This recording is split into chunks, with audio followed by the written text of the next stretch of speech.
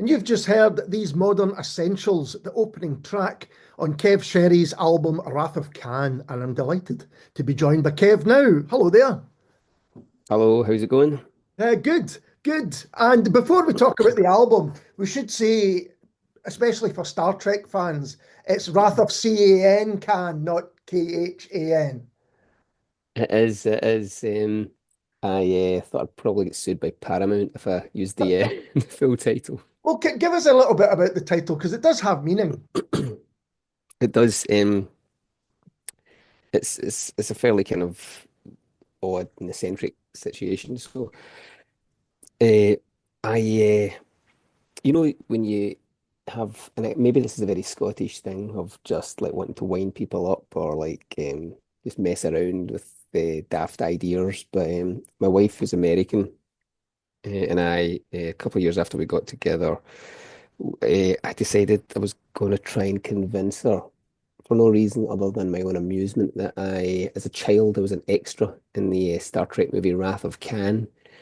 And she kind of looked at me like, that kind of half believing but half not. But I really stayed extremely steadfast in trying to explain this and eventually claimed that, she was like, there are no children in that movie. And I said, well, actually, there's a scene when Kirk is in the interior of a planet and there's plants moving behind them. They just dressed us kids up as plants and told us to wave our arms.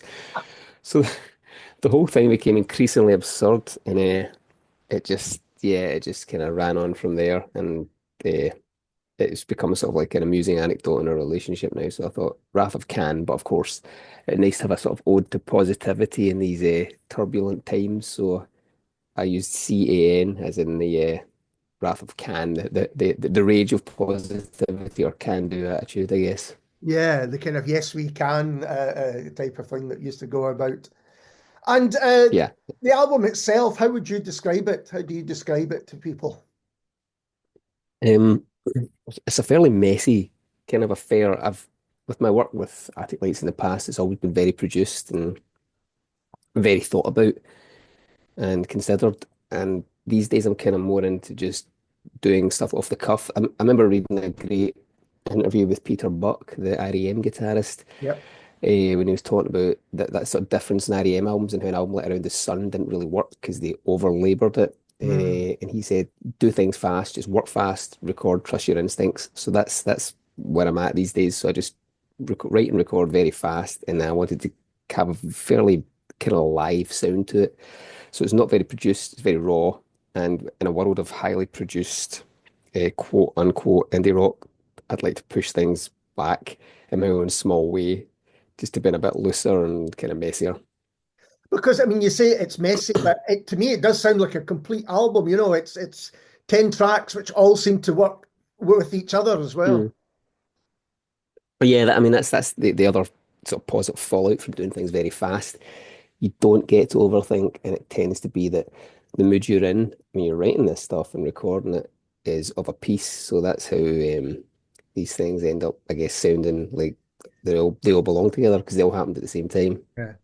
Yeah.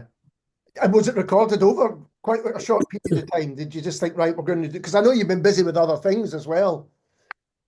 I have these gaps where I have a gap to do some comic writing and a gap to do some book writing and a gap to do Attic Lights or a gap to do Disco Mary or other projects. So this was done in quite an intensive period of about, I think it was written, you probably find yourself with any project anyone works on, you dip in and dip out of it until you get that solid piece of time to work on it. So that's what happened. Probably it was written over about 6 months, dipping in and out, and then 1 month it was just recorded and then sent to the incredible Chris McCrory Mm. of Catholic Action fame to mix and do his production genius on it.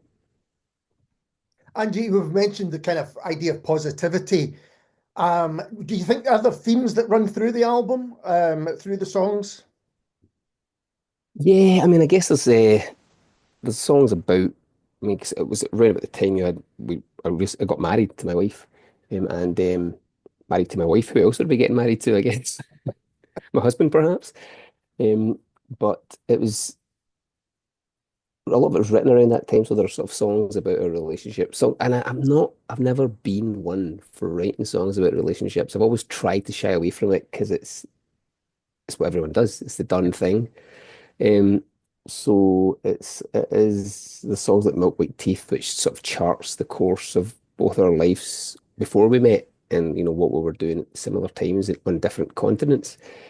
Um, so there's little tracks like that, and then there's a social commentary, I guess, and songs like Sexual Genius of the Western World that sort of look at the manosphere a little bit and these kind of that fairly insane world of misogyny and patriarchy. And then there's songs like Son of a Beach, which is my Brexit rage coming out, really.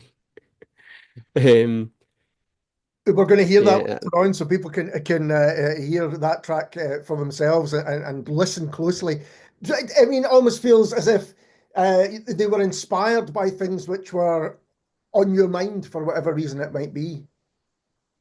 yeah, very much so. I mean, there's a lot of nostalgia in it. So the track we heard, these modern essentials.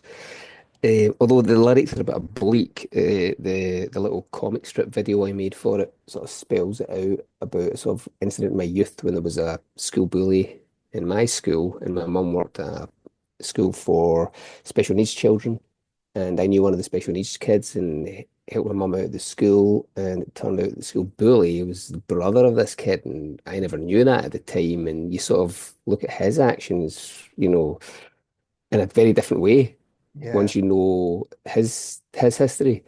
So there's a lot of that. I guess the older I get, the more reflective and nostalgic I get about the past. But yeah, so I mean, it's a kind of mixed bag, and there's songs about my experience on major record labels with the band Attic Lights. There's a song called "Everything a Mother Should Want" or "Everything a Mother Could Want." God, I need to remember the titles of all the songs. Um, which sort of again looks at what it's like to be signed to a major label and all the crazy pressures and expectations that get put on you when you're in that situation. Have you always dealt with such thoughts in song? Is that your kind of go-to place? Maybe something's bugging you, there's something in the news or whatever it might be, and you think, yeah, I'm going to deal with that in song. Because I've always want most people don't do that.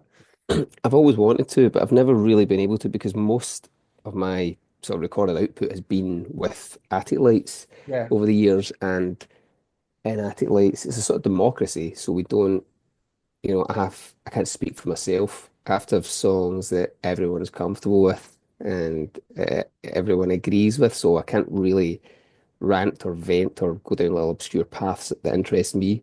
So with Attic Lights, the songs are essentially written by myself and Colin, Mhm. with input from the other guys. And yeah, so I have never really, well, I've tried, but I've tried to do kind of the stuff that more interests me, but I have to respect the sort of opinions of the other guys in that band. So this is a fairly new thing for me to be able to do. And I guess enjoying it more might be the wrong way to put it. But have you felt a kind of freedom in doing that then? Definitely, definitely, it ties in with the again that thing I was talking about of just working fast. Um, because I think you should trust your instincts, whether you're an artist or whether you're anyone. And we do that in the sort of daily life when we have a conversation with someone. This is a slight detour, but this is where I've been thinking about creativity and art and songwriting. Mhm. When, if we're having this conversation right now and we know roughly what we're wanting to talk about, but I don't know what you're going to ask and you don't know what I'm going to answer. And it's like a action response. And that's what any sort of creativity or songwriting is like. You have the idea and then you just follow your immediate instinct, like a conversation. And if this was a conversation where we were overthinking it, it'd be incredibly stilted and Yeah. awkward. Um, and so I see songwriting very much like that. You're having a conversation with yourself, but you just don't overthink it. Trust your instincts. And I wandered away from the question. Now I can't remember what it was. If I wasn't trying to say, do you prefer, writing collaboratively to doing it yourself, but just if it had kind of freed up something Mm. to just, I guess what you're saying is you can do it at your own time and you can write about what you want is possibly the bottom Yeah, line. yeah, essentially. And again, I probably couldn't write this way if I hadn't worked with athletes for so long, because when you work with other people, you gain so much. So this is the way I'm able to write now by myself, as a product of having worked with such great writers in my other band, Athletes. Mhm. And I was going to ask you if you could tell us a little bit about your musical story. You mentioned Attic Lights there, and we've also mentioned Disco Mary. We played the single Silent Alarm earlier on in the show, and we'll talk about them as well. But can you give us a little bit of history to Kev Sherry's musical life? Sure. Yeah. So I'll try and do this quickly and concisely if I can. Um, there was always a lot of music around my house when I was young, and my mum especially played Talking Heads records quite a lot. And one day when I was like about maybe 8 or 9, there was like a Talking Heads video on the TV. It must have been like some music show, and she said, "That's your cousin," and I was like, "Oh, right, okay." So David from Talking Heads is my mum's cousin. And that's where the records came from. He always sent the vinyl to our house when the albums were released. That's So I had, astonishing. I'm just going to check you're not doing a Wrath of Khan thing to me, are you? That no, you did to your wife. I'm in Wrath of Khan, and David Byrne is my mum's cousin. I'm eh, seeing you. That's amazing. yeah, I'm not wrath of canning you. So, but that was that little light bulb moment of going, oh, wait a minute, if someone I know can do that, then I can do that. So I guess that was always in my back of my head until I got into music as a teenager. And then after university, I formed Attic Lights with Colin, Jamie, and Noel.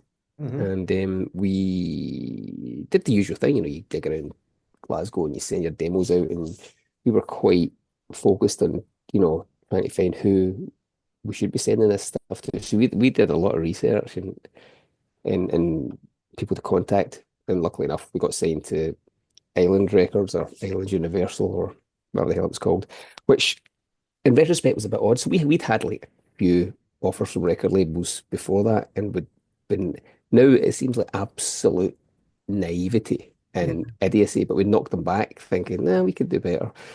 And then so we signed with Island, who are they were an independent, but they're a major yeah, label these days. And it was a very odd experience because a band like us probably should not have been on a major.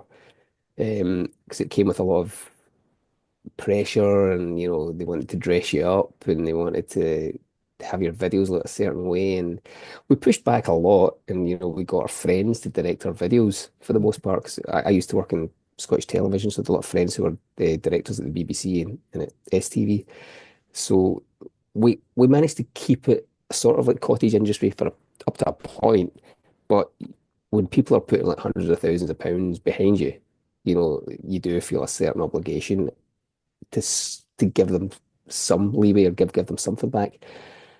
So very pressured environment, and you can understand why people have like breakdowns and mental health problems, because suddenly this little magical artistic world that you've created is yeah. now getting input from 7 or 8 different people, all with their own agendas and things. So it was it was brilliant. It was a great experience, but it was pretty stressful. So our debut album, Friday Night Lights, never sold enough to Mhm. justify the money they put behind us. So we moved on to Elephant Records, who are a great independent based in Spain. They've had like great bands like Camera Obscura and BMX Bandits and stuff like that.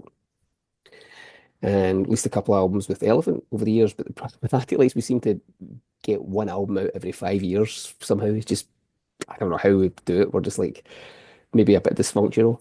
Um, but I write a lot of stuff and produce a lot of material, so I've always wanted to have other outlets. So when the music publisher I worked with said he was starting up a record label, most people don't know the music industry split into music publishing and record labels. Music publishers are the people that collect the money for your songs being on Right. TV and things like that.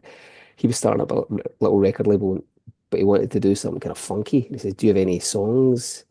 And I've always written in different styles, so I just had these tracks and sent them, and we came up with the name Disco Mary, and it very quickly just became a band. And there's a band around me now, and I co-write the Disco Mary songs with a couple of people in the band now, so it takes a bit of pressure off and gives me that collaborative experience that I don't get so much with Attic Lights because we don't do that much these Yeah. days. Um, so that was it, yeah. And then in the middle of all that, I was like, wait a minute, I'm an indie guitar guy. I've got all these other songs, so I might as well do them as a solo record. And here I am, in the midst of that, dropping a graphic novel a couple of years ago, uh, which was a sort of lifelong dream of mine. Yeah, I had no idea you did graphic novels. I only found that when I was sent your press release. And have you been doing that for a long time, or is that fairly new? No, it's just, I kind of, you get to a certain stage and you think, with all these things that you want to do, I want to write a novel, I want to write comics and blah, Yeah. blah, blah. And it's like, well, if I don't do it now, Yeah. I'm, I'm never going to do it. So I wrote a graphic novel and we kind of used all the strategies to get attention that we used to get a band signed. Hmm. Myself and the artist, I only wrote this. And we got signed to a legendary kind of French publisher called Humanoids, Franco-American publisher these days. So they're mainly based in LA, but they have like sort of legendary graphic novels that are sort of sold the world over. So we released this, I can only describe it as a fairly militant feminist graphic novel called Painted. And that's the only one I've done so far. But it's very difficult to get artists on board with projects. So at the minute, I'm sort of learning to draw myself, which is why I'm sort of releasing these little comic strip videos for all my Yeah. songs of just little true stories, just to sort of try and get my drawing skills up to scratch. But people, if they wanted to, can still get painted. It's still out there and Oh ready. yeah, yeah, you can buy it in, bookshops or wherever you go, Amazon or Barnes and Noble or Waterson's or whatever, it's out there. But I'll have copies at the gigs. If anyone wants to come along to a solo gig, I'll go discount them a copy. Excellent. Well, let's talk about playing live because I saw you recently at the Glad Cafe supporting Dropkick, and Oh, you were there? yeah, I was Oh. there. Yeah, yeah, and that was just you. But well, explain how you did your songs just solo because was it your first solo set? Is that right? Pretty much the first solo gig I'd ever played, yeah. Um, yeah, I'd known the guys from Dropkick for years and they very kindly asked me to do it. And I thought I better get my act together. But I rehearse fairly regularly with the band Disco Mary. We play live a lot. So I didn't really have the time or the ability to get a live band together for this. So I split this set up into some acoustic songs at the start, and then I used some backing tracks for the second part of the set.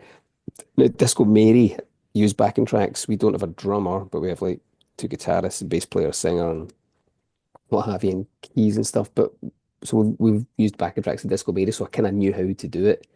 So I put some backing tracks together and played some of these songs, and it seemed to go down really well. I was, I, it worked really well. that's great. Because part of you is like, am I cheating here with these backing tracks? But the thing is, like, everyone uses them these days. So until I can get a band together to do the solo stuff, I'll probably just continue to do it like that for the immediate future anyway.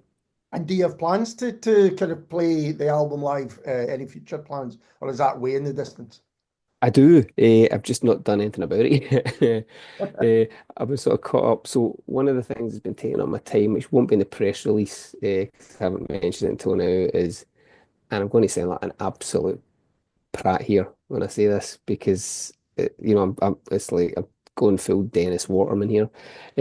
So I've written a novel, Right. and the novel, like getting that finalizing edited and getting all the cover stuff sorted for it, um, uh, is sort of basically I've released the album in Bandcamp, which I'm sort of fairly inexperienced with, so I'm trying to figure out Bandcamp, and the novel will be available from like Amazon and at first only an ebook and see if anyone's interested and pick it up. Then we might get a physical release, but I'll also make it a free download for anyone buying the record on Bandcamp.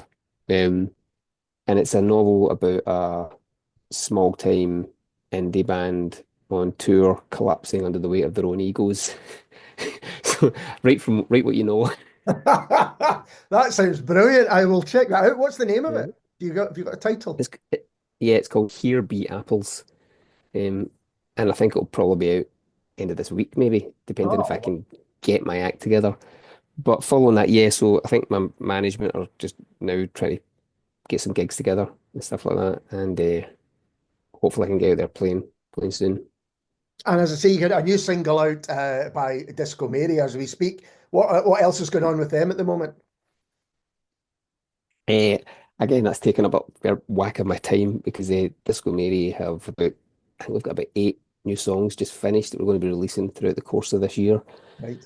Um, so yeah, stuff's kind of heating up with Disco Mary, and Disco Mary we're on this like London-based record label, and we've got a music publisher behind us, so that's how we get our songs. Disco Mary songs have appeared in like TV shows and stuff like that. So we're just trying. Disco Mary's very different from my solo stuff, as you probably Yeah. heard. You know, Yeah.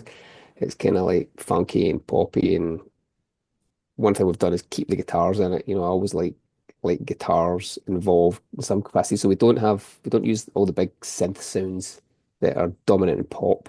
You know, we want to do something different. We have the guitars up, and it's kind of got a soulful, hopefully funky vibe. And I don't sing. Only a backing vocalist, this Disco Mary, because there's no way I can sing those songs. So we've got a great singer called Stella who belts them out live. I think it's great. The Disco Mary gigs are going absolutely mental. They remind me of, and I mean, remind me of maybe stolen some of these ideas of like Flaming Lips gigs where we have, Mm. you know, confetti and bubble gums and guns, and we've got like people dressed up in giant rabbit costumes dancing about. So it's a bit of a kind of party atmosphere at Disco Mary gigs. Come along, I'll stick you in the guest list Oh, I'd love to for come the next along to one, one. whenever it is. Absolutely, yeah. Yeah. And you mentioned So that Attic Lights seem to go in kind of 5 year periods. Are we coming? Is there any news on Attic Lights? yeah, yes, but we usually every maybe once a year we'll all get together. So Colin, the other co-singer and co-songwriter, moved to the Isle of Arran Uh, a few years ago, which makes things a bit difficult to play and record and do much. But we are working on a new record very slowly, and I think it's probably going to be more than 5 years now. When was the last one? 2019. Well, we're definitely. I think this is going to be about 6 or 7 years before the next Attic Lights album. But maybe next year, maybe the year after. It's with Attic Lights, it's just when we can get together. I mean, I love those guys. They're like three of yeah, my best friends I've ever had. But we're not very careerist in that sense. It's always just been we'll do it when we feel like it. And I'm always like, I feel like it now. I feel like it now. And they're like, yeah, well, let's see. I've got We'll this. get to it when we get to it. Yeah. Well, Kev, you've given us so much to look out for. You know, graphic novels, fantastic new albums. I have to say, I think Ratha Kang's a cracking album. I've really been enjoying listening to it. Some great songs Uh, on it. And if people get the chance to see you play them live, they should do that as well when the time comes. Massively appreciate it. That's great. Thank you for saying that. And this is Kev Sherry and Son of a Beach.